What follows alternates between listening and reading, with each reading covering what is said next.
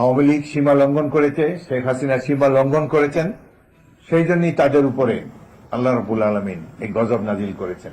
যারা সেনাবাহিনীর অস্ত্র নিয়ে, মারণাস্ত্র নিয়ে নিরস্ত্র মানুষের উপর ঝাঁপিয়ে পড়ে, এদেরকে সরানো তো সম্ভব ছিল না। এদেরকে সরিয়েছেন স্বয়ং আল্লাহ রাব্বুল আলামিন। আল্লাহ ধর্মগ্রন্থে নির্দেশ দিয়েছেন সবাইকে সীমা লঙ্ঘন না করার জন্যে। আওয়ামী লীগ সীমা লঙ্ঘন করেছে, শেখ হাসিনা সীমা লঙ্ঘন করেছেন, সেই জন্যই তাদের উপরে আল্লাহ রাব্বুল আলামিন এই গজব নাজিল করেছেন। কত বড় বড় ভাষা ছিল, এখন খুঁজে পাওয়া যায় না। টেলিভিশনে কত রকমের পাখির নামে যার নাম ছিল, সেই সাধারণ সম্পাদক কত বড় বড় কথা বলেছে। শেখ হাসিনা নাকি পালায় না, এখন কোথায় পালায় না? এরকম একজনই আছে, বেগম খালেদা জিয়া। সুখে দুঃখে আপদে বিপদে দেশের মানুষের পাশেই থাকেন। বিদেশে তার কোনো আশ্রয়স্থল নাই, বাড়ি গাড়ি নেই।